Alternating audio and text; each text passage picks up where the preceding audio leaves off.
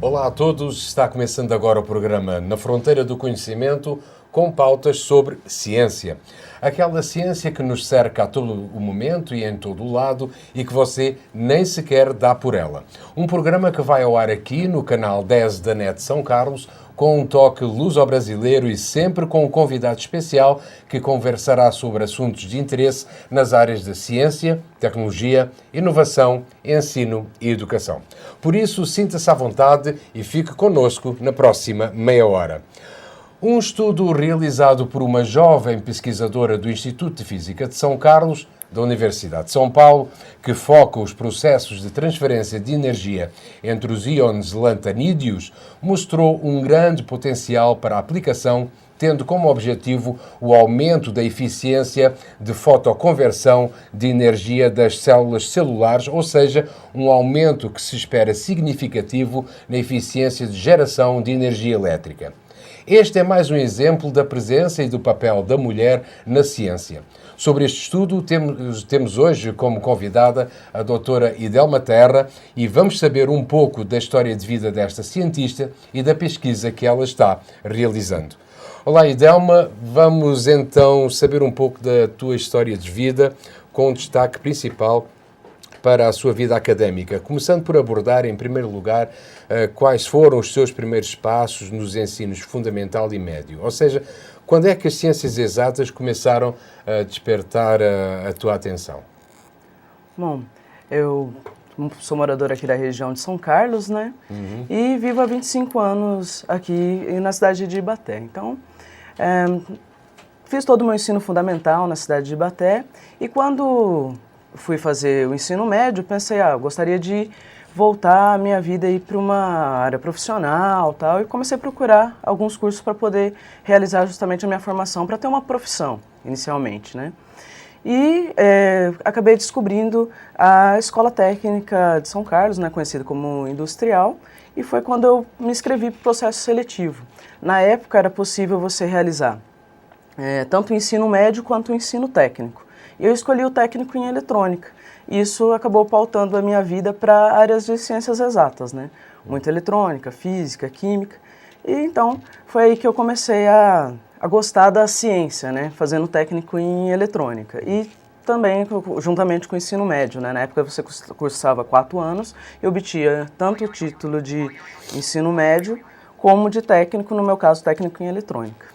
Uma mulher apaixonada por parte eletrônica é bem assim, é inusual, né? É bem raro. Como é que isso foi, como é que isso aconteceu? Realmente, assim, me atraía desde criança, né? De observar o que acontecia, em especial rádio, a televisão, né? Então, foi meio que, ao procurar o curso, né, para formação, achei interessante essa área de eletrônica, né? Vamos fazer. Vamos estudar. Idelma, foi difícil a mudança do ensino médio para o ensino superior? Deixa eu te perguntar, que medos, que receios é que você teve e porquê é que escolheu o curso de Física? E mais, porquê é que escolheu o Instituto de Física de São Carlos?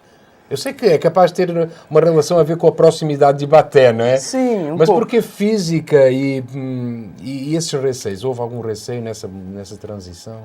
Bom, o receio, né, você está justamente naquela fase da adolescência para a fase adulta, então tem sempre aquele receio, né, da mudança. Toda mudança gera um certo desconforto e o meu medo era não conseguir me adaptar à universidade. Mas eu lembro que foi um receio, mas que passou rápido, logo nos primeiros semestres, segundo semestre. Eu conheci me formei, né, técnico em eletrônica, eu fiz meu estágio para a conclusão do curso de eletrônica na Escola de Engenharia e conheci o Instituto de Física, né? E o Instituto, tanto a parte de estrutura quanto toda a qualidade, né, que é conhecida do Instituto de Física, fez com que eu pensasse, interessante, né, para fazer uma faculdade, alguma coisa. Em especial, eu sempre fui uma pessoa que gostei de aprender e explicar o que eu estava estava aprendendo. Então, a profissão de professor me atraía muito. Não, como que eu vou conseguir aprender e passar isso para frente? Ah, fazendo uma licenciatura. E para minha sorte, do lado da minha casa, do lado da minha cidade, né? Eu tinha aí um curso de licenciatura em física, que sempre foi a área que eu mais gostei, me identifiquei lá no ensino médio e tal. Falei, ótimo, então vamos fazer um curso próximo, é o que eu quero, num excelente instituto. Então, casou certinho. Tu ingressa no Instituto de Física de São Carlos, começa a tua graduação e aí é um choque. Eu creio que deve haver um choque. Né? Sim, sim. Quais foram as tuas principais dificuldades na tua graduação? Bom, como eu vim, todo o meu ensino foi em escola pública, né? Então você tem alguns déficits, né? Você não vê alguma coisa. Como o meu ensino foi voltado para o ensino técnico, então a ênfase é a exatas, né? Então, alguns déficits de algumas coisas básicas, isso dificultou um pouco.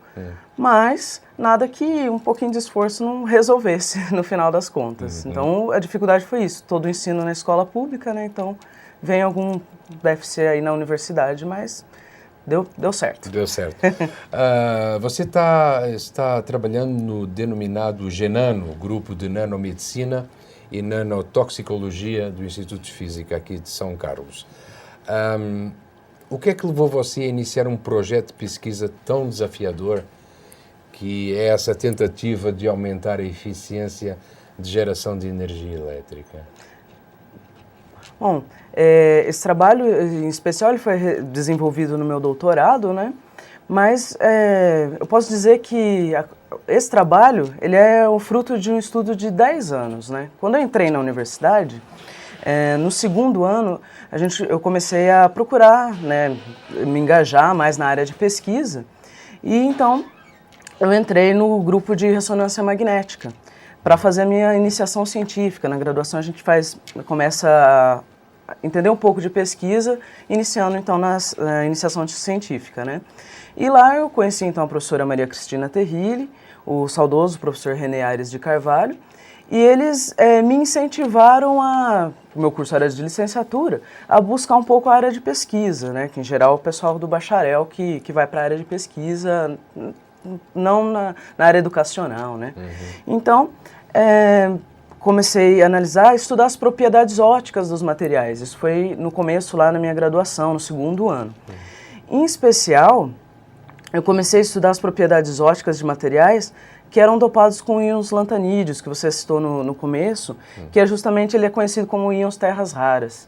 E eu me apaixonei por eles, devido à vasta quantidade de aplicações que eles têm, né? Quais são essas aplicações? Tu pode dar uns exemplos? Por exemplo, a gente pode dar uma olhada aqui, temos aplicações na área de saúde, né, os diversos lasers usados na área de estética, corte.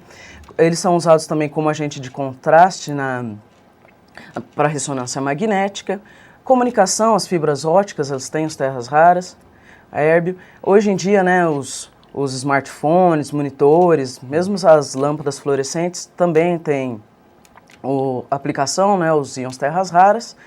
Bom, uma aplicação bem interessante na área de segurança, por exemplo, as cédulas de euro, elas são marcadas com um material que é o európio, né, um lantanídeo, que ao ser exposto essa nota na luz ultravioleta, você vê cores específicas, né?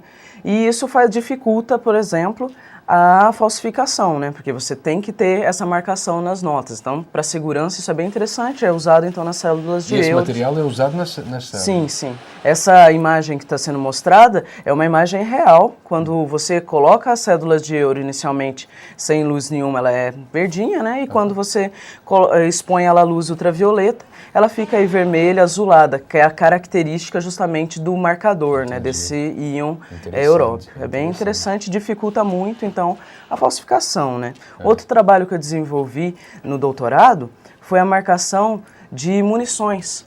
Né? Então, era possível marcar as munições com esses íons terras raras, de tal forma que na hora que houvesse um disparo da arma, fosse possível, ao expor essa arma na luz infravermelha, você vê esses pontinhos luminosos nela.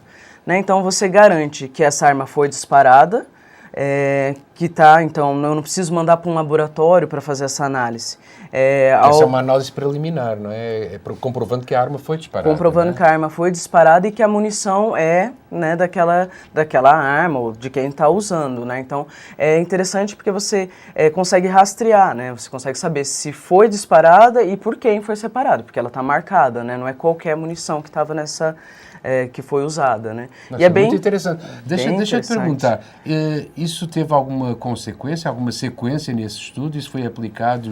Sim, a gente está buscando fazer marcações, né, mesmo voltado para o policiamento, sim, né? Já ela teve continuidade, nós publicamos um trabalho numa revista internacional sobre essa aplicação, né? E a ideia realmente é colocar isso no dia a dia, né? Porque é super importante, né? Você saber, e sem precisar mandar para um laboratório, né? Você expõe ela na luz, você vai ver ela brilhar. Bom, então ela foi disparada, né? E assim como aonde essa munição atingiu, né? Você vai saber se foi mesmo dessa, por exemplo, um policial que atirou ou não. Né? Então entendi. É bem interessante essa aplicação. É como se fosse uma impressão digital. Sim, basicamente os íons terras raras, essas propriedades deles, justamente, ele é bem discreto. Você vai conseguir ver somente essa cor, por exemplo, desse íon. Se é verde, se é vermelho, então não tem como você confundir. É uma impressão digital mesmo. Legal, e isso te levou então a tal tentativa de aumento da eficiência da geração de energia, né? Sim, uma aplicação tão... Ao longo dos 10 anos, né, eu fiz o meu mestrado nessa área já, então, desenvolvendo materiais com esses íons. E no doutorado, a gente pensou, bom, e como que eu poderia desenvolver alguma coisa que pudesse chegar até a sociedade, né? Tem essas diversas aplicações, claro. E a aplicação para aumentar a eficiência de células solares, ela ainda estava engatinhando, não tinha muita coisa, como não tem ainda. E daí a gente pensou, bom... Então, qual a motivação que a gente tem? Usar esses íons para aumentar a eficiência especial da célula solar. Por quê? Bom, você tem geração de energia de diversas formas. Por exemplo, por vias não renováveis, né? Energia, por exemplo, combustíveis fósseis, energia nuclear. A vantagem é porque ela é altamente eficiente, entretanto, você tem uma alta geração de resíduo. Bom, então vamos trabalhar com a energia renovável, né? Que tem a grande vantagem da sustentabilidade, você não vai agredir, né, o planeta, deixando para futuras gerações um planeta bom. E daí você tem lá a energia, por exemplo, as usinas hidrelétricas, as eólicas e a energia solar. Bom, a energia solar ela ainda é pouco utilizada no país, mas você vai ver, por exemplo, tem imagem aqui do mapa, você vai ver que tem países como Estados Unidos, Espanha, Alemanha, China, que usam bastante. Mas se você observa a irradiação dela, nesses países, ela é menor do que no Brasil. Você tem no Brasil, por exemplo, uma irradiação 30% maior. Entretanto, no Brasil, você praticamente não tem uso da energia solar. Porque as horas de sol são muito mais... Sim, no Brasil, ela... Muito mais horas de sol no Brasil do que nos outros. Principalmente no centro da Europa, e estamos falando da Ásia também, né? Sim, então você vê que nesses países, como eu citei, né, eles são os maiores produtores atualmente, mas o Brasil, se você olha no mapa, é possível observar que ele tem uma irradiação 30% maior. Entretanto, devido à alta densidade hidrográfica do país, a gente deu ênfase em usar as usinas hidrelétricas. Só que, se você pega o país como um todo, tem regiões que você não vai conseguir, né, fazer uma hidrelétrica. Mas o sol está ali o dia, todo ano praticamente, né? É uma fonte inesgotável de energia e é pouco utilizada. Muito porque ainda é muito caro produzir o quilowatt-hora por meio da energia solar. Comparando aí, você tem que 1 kWh produzido por uma usina hidrelétrica é 3 vezes mais barato do que uma energia produzida por uma usina fotovoltaica, ou seja, pela energia solar. Bom, isso se deve muito porque as células solares, né, os painéis solares, que geralmente a gente vê nos telhados das casas, eles têm uma eficiência muito baixa. De cada 100% da luz que chega nele, 8 a 12% é convertida em energia elétrica. Ou seja, se você consegue aumentar essa eficiência, que você dobre, né? Que aumente aí de 10% para 20% a eficiência dela, você melhora em muito. E isso faria com que ficasse mais barata essa produção. Então, focando nisso, a gente pensou, bom, como é que a gente vai aumentar a eficiência dessa célula solar? E o trabalho, então, foi desenvolvido pautado na melhorar a eficiência da célula solar, que fosse, né, que dobrasse a eficiência, usando os íons terras raras. Muito bem, nós já vamos, então, mais para a frente, vamos desenvolver esta pesquisa da IDELMA. A pauta do primeiro bloco do programa Na Fronteira do Conhecimento de hoje está completa. Vamos voltar após um breve intervalo com o segundo e último bloco deste programa, onde continuaremos a falar com a pesquisadora IDELMA Terra sobre sua mais recente pesquisa relacionada com o aumento da eficiência da geração de energia elétrica. Não perca, já a seguir.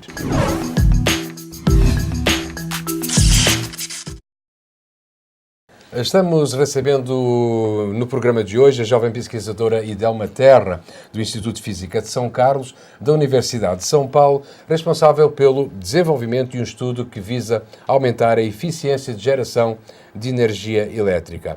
IDELMA, de onde é que partiu essa ideia e quais foram os docentes que auxiliaram você a desenvolver todo esse projeto? Certo. Bom, então, como citei anteriormente, né, foi tentar usar os íons terras raras para aumentar a eficiência da célula solar, especial a de silício, né, que é 90% das células solares que estão presentes no mercado é de silício, que tem uma eficiência baixa, entre 8% e 12%. Bom, como fazer isso? É possível observar no espectro aqui, que o espectro solar, que é esse em preto, ele abrange lá da região do visível até o infravermelho. E a intensidade maior é justamente nessa região aqui do visível. Bom, mas a resposta da célula solar, ela é maior que em vermelho, né? É possível observar na região do infravermelho, né? Em torno de 1.900 nanômetros. Bom, isso é ruim, porque a maioria dessa energia aqui ela é perdida, né? 70% da energia solar que chega, ela vai ser perdida justamente. Essa região aqui, ela não essa região no visível, ela não é absorvida pela célula, e também essa região no infravermelho, aqui embaixo, acima de 1.000 nanômetros. Bom, então seria interessante fazer um material que convertesse essa região do visível para a região do infravermelho, onde a célula solar absorve mais, bem como um outro processo que convertesse essa outra parte do espectro aqui do infravermelho acima de 1.000 nanômetros para a região em torno de 1.000. Então, esses processos a gente dá o nome de conversão descendente e ascendente de energia. E, basicamente, é isso aí que a gente começou a estudar, certo? Legal. E os docentes que me auxiliaram? Digamos que deram aquele amparo para tu seguir em frente. Certo. Esse trabalho ele foi orientado pelo professor Luiz Antônio de Oliveira Nunes. E, como eu citei lá na minha graduação, eu tive o auxílio da professora Maria Cristina e do professor René. E eles foram me auxiliando ao longo de toda a minha carreira acadêmica, né? No mestrado, a professora Maria Cristina me orientou e no doutorado, então, o professor Luiz Antônio, que tem uma vasta experiência nessa área de espectroscopia óptica, trabalhando com os íons lantanídeos, terras raras, né? Ele, então, fui trabalhar com ele, foi ele que deu essa ajuda juntamente com a professora Maria Cristina Terrilli, uma co-orientação dela, né? Certo. Então, são ao longo de 10 anos de trabalho, a gente trabalhando junto, né? E eles me auxiliaram, Foram eles que foram os pilares. Guia, né? Os pilares. Quais são os próximos passos desta pesquisa, então? Como posso mostrar aqui no gráfico, é interessante, né? A gente estudou diversos íons que poderiam ser usados, né? Que absorvessem na região do visível, né? É possível observar que eu citei alguns, né? Térbio, érbio. Eles absorvem nessa região e daí a gente transferiu justamente para um outro íon que emite na região do infravermelho, né? Que é esse térbio. Então, nós conseguimos fazer alguns materiais, né? Vidros, cristais, nanopartículas, dopados com esses materiais. E observamos que era possível, então, converter para a região do infravermelho e, de tal forma, aumentar a eficiência dessas células solares. Então, esses materiais eles podem ser colocados sobre essas células solares que você vê em cima do telhado, né? E aumentar a eficiência, tanto pegando o visível que é perdido, quanto o infravermelho, se você deposita na parte de baixo. Então, se você conseguisse colocar os dois materiais, a eficiência poderia aumentar de 8% a 12% para 28% até 40%. Que é muito, né? É muito, você mais que dobra a eficiência da célula solar. Isso vai baratear o custo de produção, você vai fazer com que mais pessoas queiram investir nessa área, né? Porque atualmente é caro, mas é um investimento que, se você instala um sistema de células fotovoltaicas hoje na sua casa, você vai gastar de 20 a 30 mil. Em 6 anos você recupera esse investimento e esse material que você instalou, ele dura até 20 anos ou mais, né?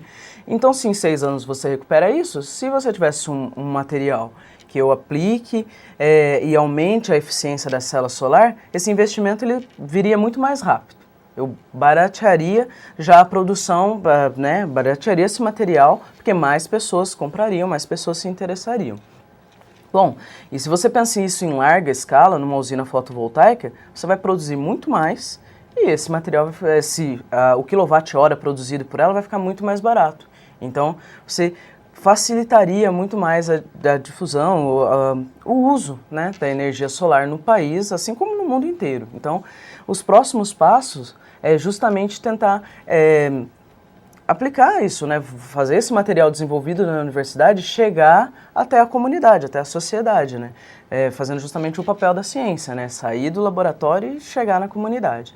Então, os próximos passos que a gente está tentando, já foram feitos testes, né, aplicamos os materiais na célula solar, vemos que há um aumento, né, nessa eficiência, então agora é refinar, né, melhorar, ficar mais, arrumar mesmo essa aplicação para que seja produzido em larga escala. E já há contactos em termos, digamos, do setor produtivo ou ainda não? Ainda nós estamos buscando, né, algumas parcerias, estamos caminhando.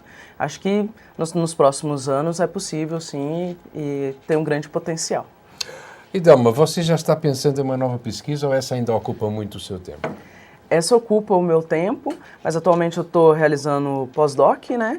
E, como eu falei, as aplicações dos íons terras raras são diversas. Então, atualmente eu estou trabalhando na área de biosensores e marcadores para câncer, que é possível, então, eu utilizar os íons terras raras, pegar toda essa bagagem que eu tenho, né? Então, explica lá um pouquinho mais essa do câncer, que essa me despertou a atenção. Uhum. Só levantar um pouquinho do véu aí. Eu sei que tu não podes falar muito sobre isso, mas tenta explicar só um pouquinho. Esses marcadores, né, é possível você conseguir, por exemplo, fazer um material que, ao tirar sangue da pessoa, eu consiga colocar nesse material, se ele tiver a gente fala ligar, né, imobilizar e ligar, é possível só com uma irradiação, eu jogar uma luz e, como eu falei, os íons terras raras ele emite, né, ele tem como uma impressão digital, sempre é na mesma, você vai ver sempre aquela cor ou aquela específica emissão. Se a pessoa está acometida desse câncer, por exemplo, no sangue dela você vai ter algumas células, né, dessa doença, e é possível, então, marcar, que é o que a gente consegue, então, ver a emissão dessa luz, né? Você põe uma luz e consegue ver. Se ela não brilha, né, se você não vê uma cor emitir ali, quer dizer que a pessoa está livre, não tem esse problema. E será um diagnóstico preditivo ou não? Não. É um diagnóstico quando mesmo, a pessoa... já um diagnóstico efetivo, não é? Sim, mas ele não é tão invasivo, né? Se eu tiro o sangue da pessoa e consigo detectar, é bem mais prático, né? Do que você ter que fazer uma cirurgia, tirar um pedacinho. Sim, um pedaço, fazer a tal biópsia, né? A tal biópsia que isso, é um horror. Era um horror, né? E você consegue detectar em quantidades pequenas. Então, se você consegue... né, logo no início da doença detectar isso facilita muito, né, o tempo que a pessoa vai ter ali para poder remediar, né, tomar as devidas providências. Então, aí está no começo ainda, a gente vai desenvolver. Promissor. Tu sentes que tu tens uma responsabilidade direta para o país, não é? Sim. Você ainda é muito nova. Que idade é que você tem? Desculpa, nunca se pergunta a idade a uma senhora, mas é assim, eu vou-me atrever a ser mal educado, Mas que idade é que a Idalma 34. 34. Parece nova. Uma jovem, tu tens consciência da tua contribuição e daquilo que tu estás fazendo e da responsabilidade que você tem como cientista? Sim, eu acho de fundamental importância para nós cientistas, né, e de uma universidade de ponta, que é a USP, né, você desenvolver algo que seja voltado para a sociedade. A sociedade, ela investe em todos nós, né, pesquisadores, alunos, e isso é fundamental, você conseguir desenvolver algo que chegue até a sociedade. Isso é importantíssimo, né? Então, realmente é uma responsabilidade de desenvolver um bom trabalho, fazer e fazer bem feito, né? Então... E Delma, geralmente nos nossos caminhos, nas nossas perspectivas, e principalmente quem está na universidade, há sempre duas opções. Ou você segue a academia, como pesquisadora, ou então você vai para a área produtiva. Por aquilo que eu conversei com você e que estamos ouvindo aqui, através do seu depoimento, você está trabalhando em áreas de muita responsabilidade. Da energia já está passando e já está pensando ir mais à frente na área da saúde. Eu perguntava, você gostaria de ficar na academia ou o seu foco vai ser mais para a área produtiva? Bom, eu costumo dizer que a gente tem só uma vida, né? Então a gente tem que fazer o máximo possível. Eu gosto muito de lecionar, lecionei por 2 anos, né? Gosto muito de estar na sala de aula e gosto muito de pesquisar. Bom, e também de produzir, de tentar como eu falei, levar a ciência do laboratório para a sociedade. Então, eu quero estar justamente em todas essas áreas. Meu objetivo é justamente entrar numa universidade como professora, né? Então, pretendo estar na sala de aula, continuar no laboratório, desenvolvendo as minhas pesquisas. E a ideia de estar, né, por exemplo, abrindo uma empresa para aplicar o que a gente consegue desenvolver no laboratório, isso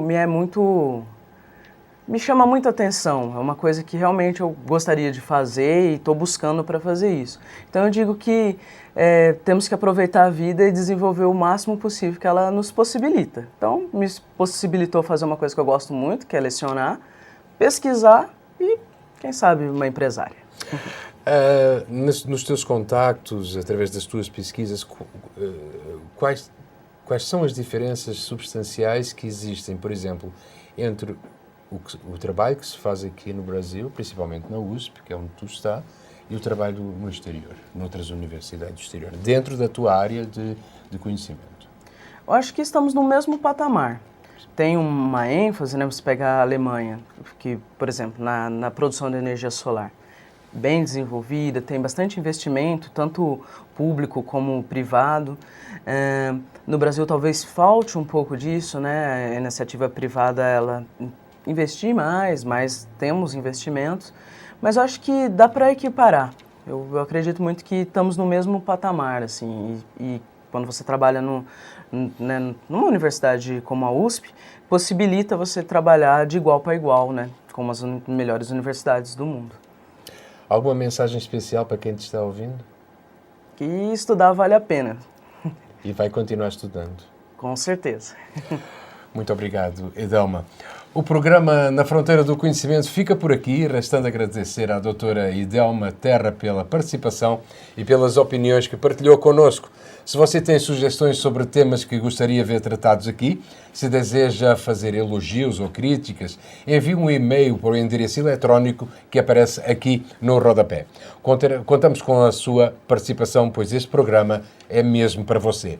Marcamos encontro na próxima semana. Para já é tudo. Fique bem. Até lá.